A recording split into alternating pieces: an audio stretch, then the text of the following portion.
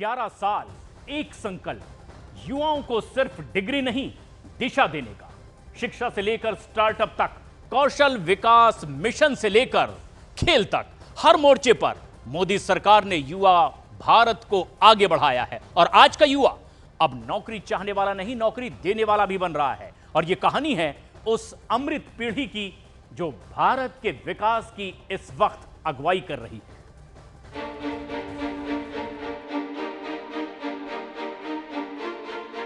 साथियों, प्रतिभा जब सही अवसरों से जुड़ती है तो सफलता के शिखर खुद झुककर स्वागत करते हैं। देश इन प्रतिभाओं को खुद तलाश भी रहा है, तराश भी रहा है। हमारे युवा विकसित भारत के विजन के साथ देश की अमृत यात्रा की अगुवाई कर रहे हैं।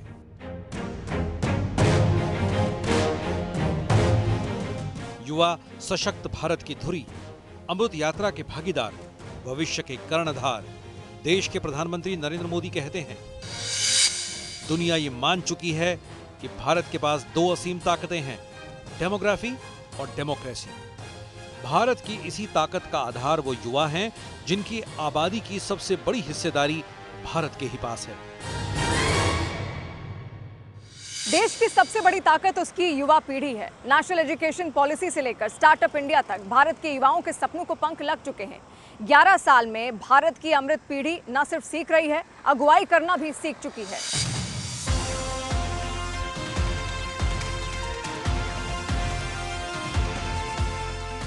इन्हीं युवाओं के भविष्य को संवारने के लिए साल 2020 में लागू हुई नई राष्ट्रीय शिक्षा नीति ने क्रांतिकारी परिवर्तन किया है। ये नीति भारतीय मूल्य प्रणाली पर आधारित छात्र केंद्रित शिक्षा प्रणाली को बढ़ावा देती है। इस नीति के तहत स्कूली शिक्षा में कोडिंग, डिजिटल साक्षरता और एआई को जगह दी गई है, जिससे भारत का युवा वैश्विक मंच पर प्रतिस्पर्धा करने के लिए पूरी तरह से तैयार हो रहा है।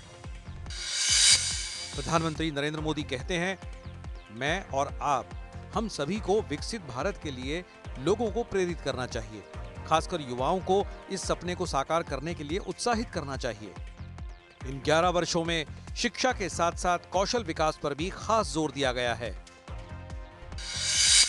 प्रधानमंत्री कौशल विकास योजना के तहत अब तक 1.63 करोड़ से ज्यादा युवाओं को प्रशिक्षण दिया जा चुका है, जिससे उनके रोजगार के मौकों में इजाफा हुआ है।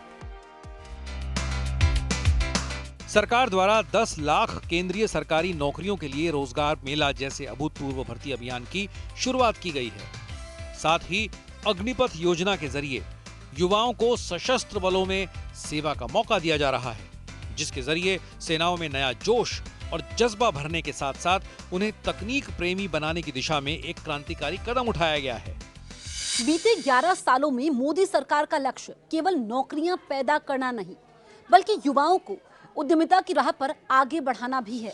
उन्हें नौकरी खोजने वाला नहीं, बल्कि नौकरी देने वाला बनाना है। जहां लोग पहले जोखिम से डरते थे और केवल पक्की नौकरियों को प्राथमिकता देते थे, आज का युवा सरकार के अनुकूल नीतियों की वजह से आत्मनिर्भर और उद्यमशील बन रहा है। बीते 11 वर्षों में हमारे देश ने शिक्षा, कौशल, स्वास्थ्य और खेल के क्षेत्र में ऐतिहासिक उपलब्धियां हासिल की हैं। आज देश में 1.6 लाख से ज्यादा मान्यता प्राप्त स्टार्टअप्स हैं, जिन्होंने 17.6 लाख से ज्यादा नौकरियां दी हैं। 2017 से 2024 के बीच DPIIT द्वारा मान्यता प्राप्त टेक स्टार्टअप्स ने 4.8 लाख से ज्यादा रोजगार पैदा किए। बीते 11 वर्षों में देश भर में रिकॉर्ड संख्या में नए IIT, IIM, मेडिकल कॉलेज और विश्वविद्यालय स्थापित किए गए हैं। देश में 8 नए IIM और 7 नए IIT शुरू हुए हैं, जिसमें अब IIM की संख्या 21 और IIT की संख्या 23 हो चुकी है। 23 नए एम्स और 2045 मेडिकल कॉलेज, जिसमें 780 एलोपैथिक, 323 डेंटल और 942 आयुष संस्थान शामिल हैं। साथियों, प्रतिभा जब सही अवसरों से जुड़ती है तो सफलता के शिखर खुद झुककर स्वागत करते हैं। और हमारे देश में प्रतिभाओं की कमी नहीं है। देश के युवाओं में साहस, समर्पण और सामर्थ्य की कमी नहीं है। ये सब मिलकर देश को स्वास्थ्य के क्षेत्र में आत्मनिर्भर बना रहे हैं। इसके अलावा शिक्षा और खेल के क्षेत्र में लगातार ऐसे क्रांतिकारी कदम उठाए जा रहे हैं। इनसे न सिर्फ छात्रों का बहुआयामी विकास हो रहा है, बल्कि उनके हुनर को पंख भी लग रहे हैं। 490 नई यूनिवर्सिटीज और 14,500 स्कूलों को पीएम श्री योजना के तहत आधुनिक रूप दिया जा रहा है। भारतीय खेलों ने हाल के वर्षों में ऐतिहासिक ऊंचाइयों को छुआ है। टोक्यो ओलंपिक 2021 और पेरिस पैरालंपिक 2024 में भारत ने अब तक का सबसे ज्यादा पदक जीतकर नया कीर्तिमान हासिल किया। ये सफलता वर्ष 2014 से शुरू की गई दूरदर्शी योजना और TOPS टॉप्स जैसे कार्यक्रमों के जरिए खिलाड़ियों को दी गई व्यापक सहायता का नतीजा है। टॉप्स प्रोग्राम के तहत 94 एथलीट कोर ग्रुप और 112 डेवलपमेंट ग्रुप में शामिल होकर भारत को नई ऊंचाइयों तक पहुंचा रहे हैं।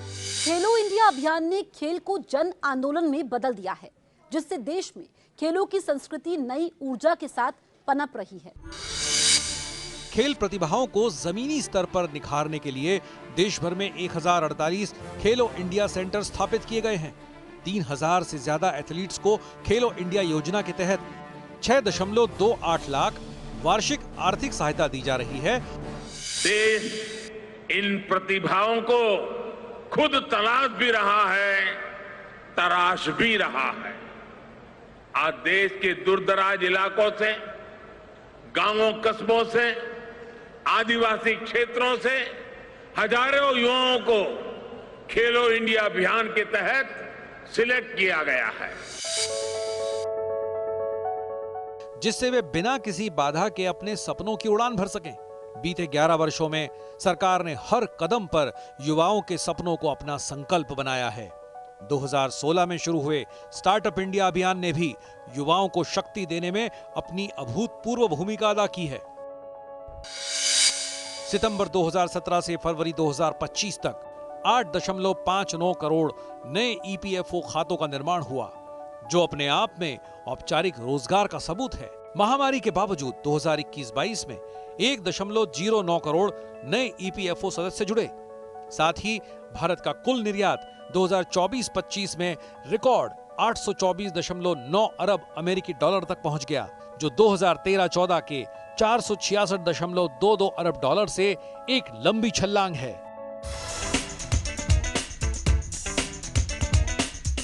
यही नहीं, आज भारत दुनिया का दूसरा सबसे बड़ा गेमिंग बाजार है, जहां 442 मिलियन गेमर्स हैं। इस साल के अंत तक गेमिंग इंडस्ट्री में 4.5 अरब डॉलर का कारोबार और 2.5 लाख से ज्यादा रोजगार की उम्मीद है।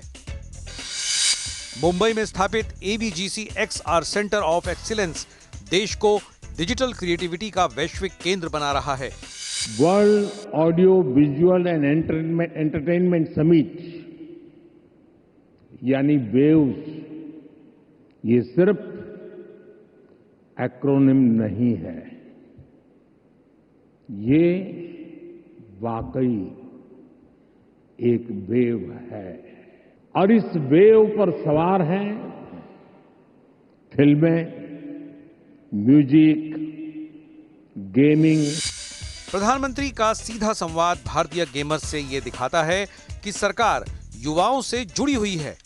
वहीं नेशनल क्वांटम मिशन और भारत सेमीकंडक्टर मिशन जैसे अभियानों से देश गहराई वाली तकनीकों जैसे क्वांटम कंप्यूटिंग, AI और चिप मैन्युफैक्चरिंग में तेजी से आगे बढ़ रहा है। 2027 तक AI सेक्टर से 23 लाख नौकरियों के मौके बनने की संभावना है। यानी बीते 11 वर्ष भारत की युवा शक्ति, उसकी कड़ी मेहनत और विजनरी नेतृत्व की सुनहरी कहानी कहते हैं।